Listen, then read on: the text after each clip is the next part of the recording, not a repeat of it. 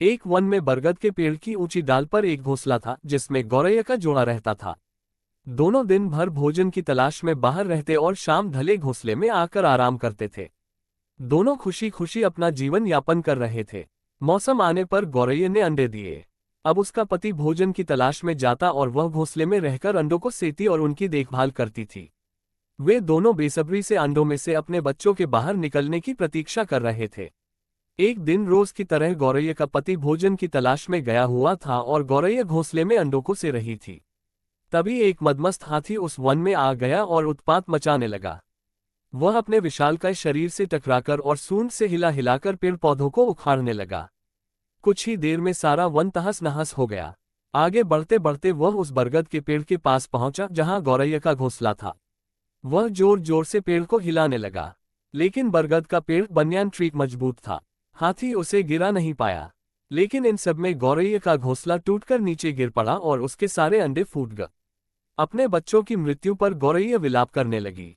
जब उसका पति वापस लौटा तो गौरैया ने रोते रोते उसे हाथी की करतूत के बारे में बताया। वह भी बहुत दुखी हुआ। दोनों प्रतिशोध की आग में जल रहे थे और हाथी को सबक सिखाना चाहते थे, लेकिन हाथी जैसे विशालकाय जीव के सामने उन जैसे निरीह प्राणियों का क्या बस चलता। उन्हें अपने मित्र कठफोड़वा की याद आए और वे उसकी सहायता लेने का पहुंच गए। कठफोड़वा के दो मित्र थे, मधुमक्खी और मेढक। वे दोनों भी गौरैया के जोड़े की सहायता को तैयार हो गए। सबने मिलकर योजना बनाए और हाथी को सबक सिखाने निकल पड़े। पूरे वन को तहस नहस करने के बाद हाथी एक स्थान पर आराम कर रहा था। उसे देख योजना अनुसार मधुमक्खी ने उसके कानों में अपनी स्वलहरी छेड़ दी। हाथी स्वलहरी में डूबने लगा ही था कि कठफोड़वा ने उसकी दोनों आंखें फोड़ दी। हाथी दर्द से चीख उठा। इधर हाथी के अंधे होते ही कुछ दूरी पर मेढक टर टर करने लगा। मेढक के टर्राने की आवाज सुनकर हाथी ने सोचा कि अवश्य ही कुछ दूरी पर तालाब है।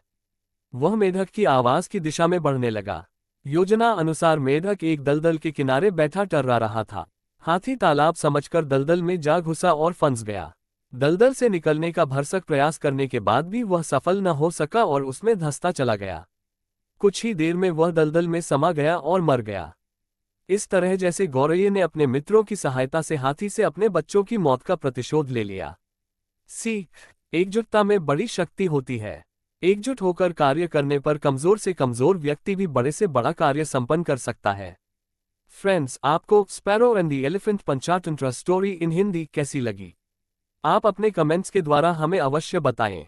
ये हिंदी स्टोरी पसंद पर लाइक और शेयर करें। ऐसी ही और पंचतंत्र की कहानी और हिंदी स्टोरी पढ़ने के लिए हमें सब्सक्राइब कर लें। थैंक्स।